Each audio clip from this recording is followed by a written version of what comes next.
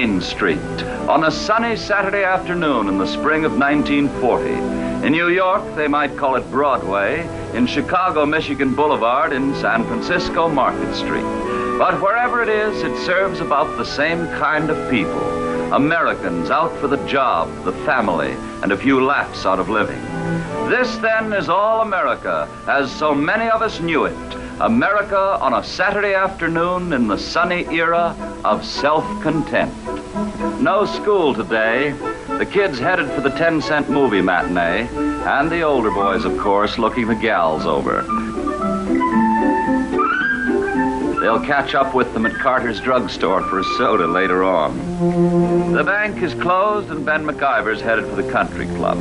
Ben's done all right for himself here, as a lot of us have when it comes to that. Len Stone's windows full of 1940 styles. And our wives, who think of the Hawaiian Islands as a place of hulas, pineapples, and romance, are still fascinated by Len's tropical summer styles. Nick Papaloukas has done all right here, too. Nick runs the U.S. Grill and serves the best blue plate in town. He got that empty sleeve in 1918 at a place called Belleau Wood. Doc Kaiser's still busy, of course. No Saturday afternoons off for a doctor. They say the doc wears out a car every year, and if he tried to collect all the money we owed him, the whole town would go into bankruptcy. Howdy, Reverend. Nice day. 5 o'clock in the morning, May 19th, 1940. Main Street is still pounding its ear. But Rod Meakin is down at the depot to pick up the morning papers from the city. Rod was like most of us. We knew from his newspapers that this was just a phony war in Europe, and if we ever thought about Japan, we considered it about as far away as the moon. But these were the last seconds of the era of self-content, and the sun was rising on the era of chaos. Clark!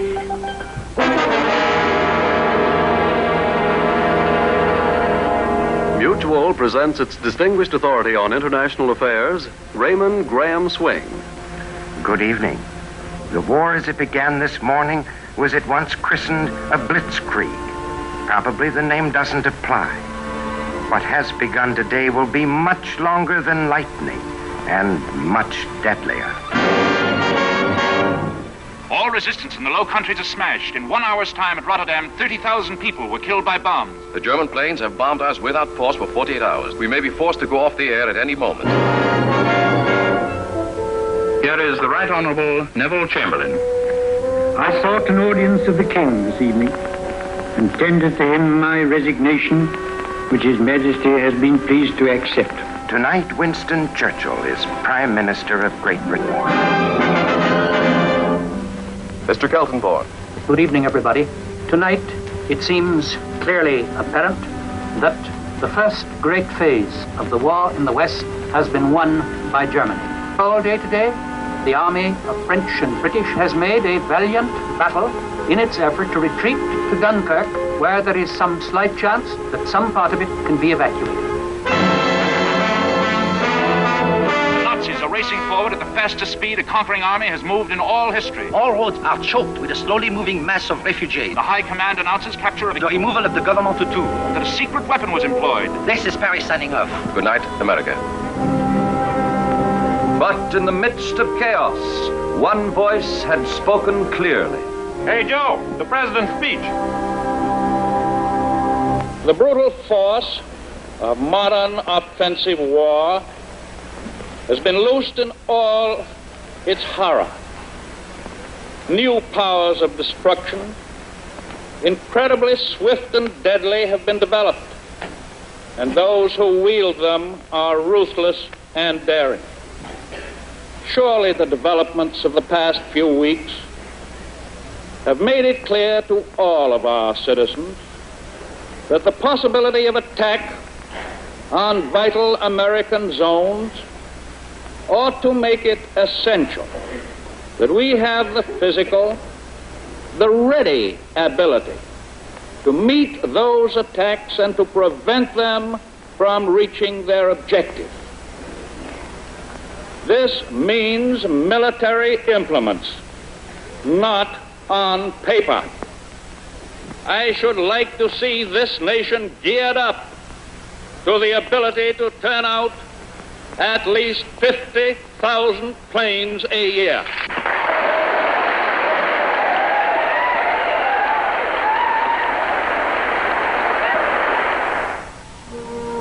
Back on Main Street, chaos abruptly ended. But leaders were startled to realize that a new and dangerous cycle had begun. Listen, this country can turn out 4 million men just as easy as 2. If we have to, we can turn out 14 million. Say, we've got industry in this country that can turn out tanks and planes just like Clippers once we get into production. All we need is time. French defense rumbles, read all about it. Paper here. French defense rumbles, read all about it. And the era of overconfidence was also at an end. For beyond the horizon no longer lay the British Navy to police the Atlantic Ocean. That Navy was locked in the death battle. To patrol these vast and now empty seas, we had magnificent ships, but now we had only half enough of them. Now the seas were filled with menace. And the airplane was invented in America, and we had some beauties. We could make 200 of these each month, but there they were turning out 5,000 each month. And our army was an unwanted stepchild. 165,000 men. Their armies, 10, 20 million men. For National Guard tank maneuvers that summer, we were using 1935 supply trucks. We had a good assortment of broomsticks to represent rifles, iron pipes for trench mortars, and wooden stakes for ammunition. For anti-tank guns, gas pipe dummies, and for shells, a fine supply of empty beer cans. This was the appalling inventory. 1/2 a navy, 1/25 of an air force, 1/10 of an army. 10 days after the invasion of Holland, the most important main street in the country was Pennsylvania Avenue in Washington, where in a certain house at number 1600, men were meeting to attempt a production job that dwarfed any the world had ever known. And although the talk was cheerful and brisk, each man faced one black chance, that it was already too late.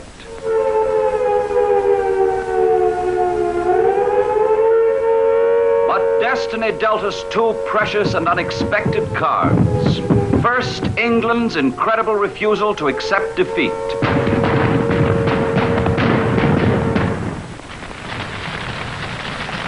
We shall defend every village, every town, and every city. We would rather see London laid in ruins and ashes than that it should be tamely and abjectly enslaved. Then the unbelievable again, in Russia's astonishing resistance to the Nazi attack.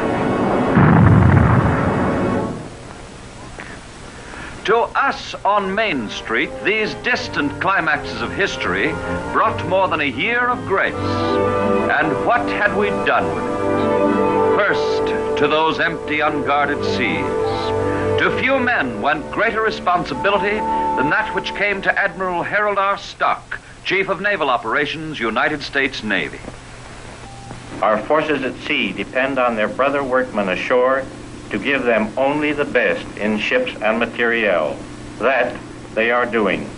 And as one great team, we are moving forward with more and more power being added to our Navy in ships, guns, ammunition, and airplanes. First, the money is raised by your nation, and you're commanded to get to work. You find 100 engineers to plan your battleship. Before you can start, these engineers must actually finish 30 tons of blueprints. A single gun requires 1,500 drawings. And at last you can begin, with the great nightmare of delay hanging over you every second. If the ordinary contractor is late with his construction, he loses money. If we are late, we may lose the freedom of a nation. You need trained men to build the ship. Tough, tireless, fast-working men. You must multiply each one of them by 3, because for the Navy, the job must keep going 24 hours a day, and that means 3 shifts to every place. But after all this, you launch your ship at last. Somebody chucks a bottle of champagne at the bow, and down she goes. But already already you are working on the next one, and the instant one is launched, in swings the keel for the next. For these are warships, more complicated than a wristwatch, but they must be tough as a steamroller. You asked for 2,831 ships. We are already building 968 of them. At this moment, we're building 12 aircraft carriers, 6 large cruisers, 8 heavy cruisers, 40 light cruisers, 74 submarines, and 197 destroyers. 17 battleships. As this picture was filmed, 5 had already been launched, some of them 14 months ahead of schedule, a world record. And there is no day in the year but what some kind of a warship is added to the fleet.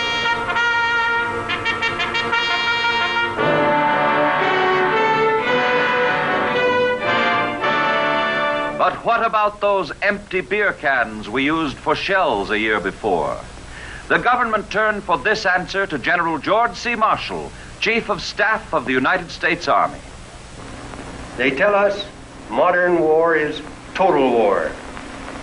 With this in mind, and between all our other jobs, we found time to develop a few new wrinkles of our own. When you authorized us to sow the dragon's teeth and raise a great modern army, we knew a lot how to build yesterday's type of fighting machine, but we had to build tomorrow's army.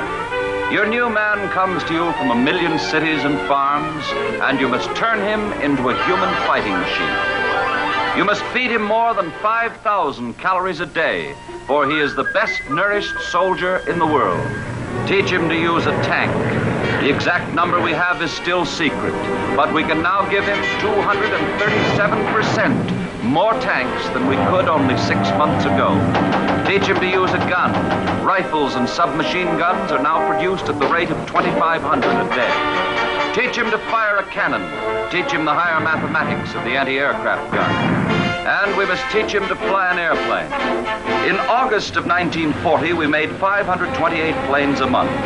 14 months later, we were producing more than 2,000, an average of 24,000 planes a year. And for tomorrow's army, we're teaching our soldier every technique of lightning warfare, including many a Yankee trick invented right here at home.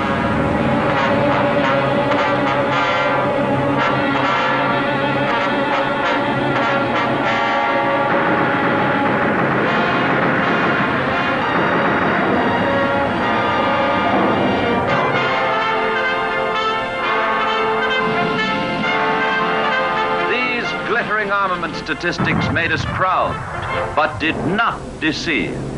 We knew that for every single gun, tank, and airplane we had, we needed at least 6 more.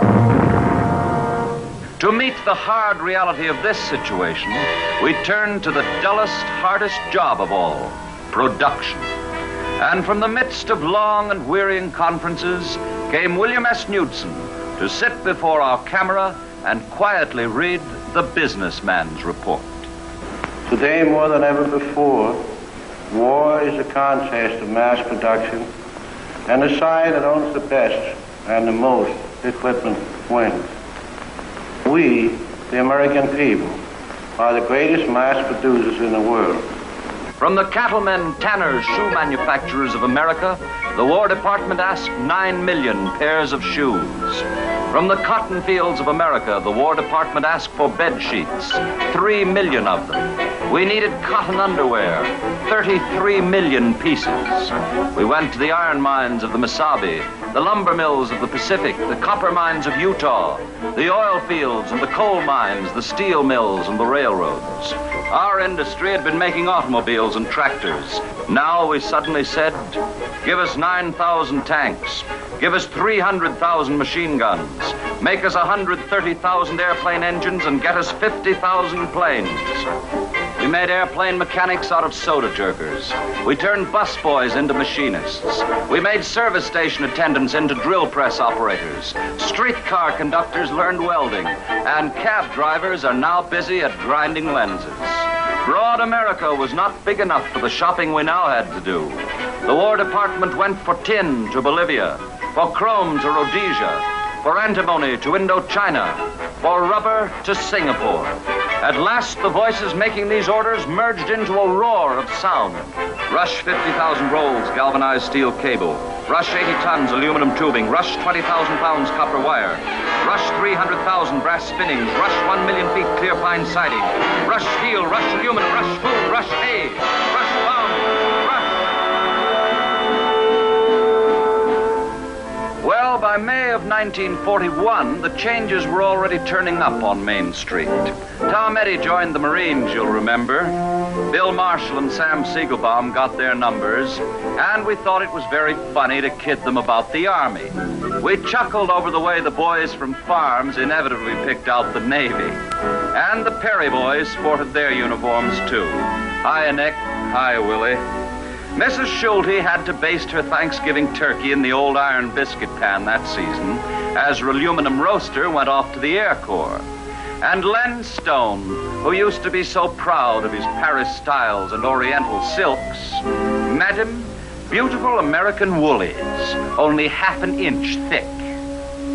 We called these things sacrifices, and we did them with pretty good humor. But something was mysteriously missing from Main Street. Our millions thought of themselves, first of all, as special individuals. This chapter 2 was ending.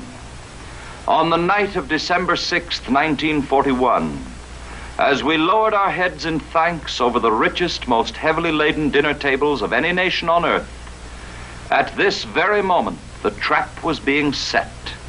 In the Far East, where lived the yellow men of the Axis, secret fingers were slowly drawing back the hammers, cocking the guns. And in the dawning of December 7th, destiny arrived at last.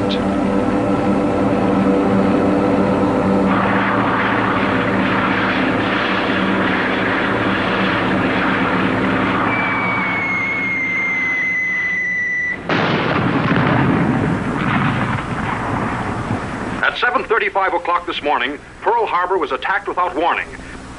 Shock, grief, then on every Main Street, a rising, burning fury. In the terrible daylight of Sunday, December 7th, 132 million individuals became one. Main Street had become at last America. Behind it, the land and its people. We, the American people. Lutheran, Methodist, Jew, Catholic, Quaker, Christian Scientist, Holy Roller, and all the rest of us. Republicans, Democrats, rich men, poor men, working men, loafers, geniuses, and jitterbugs. But we are all together in the will to defend the machinery of our freedom, the right to correct our own mistakes in our own way, in the will to defend the ancient privilege of a man to bring up his children in the shadow of his own faith. And in this thing, too, we stand united. With confidence in our armed forces, with the unbounding determination of our people, we will gain the inevitable triumph, so help us God.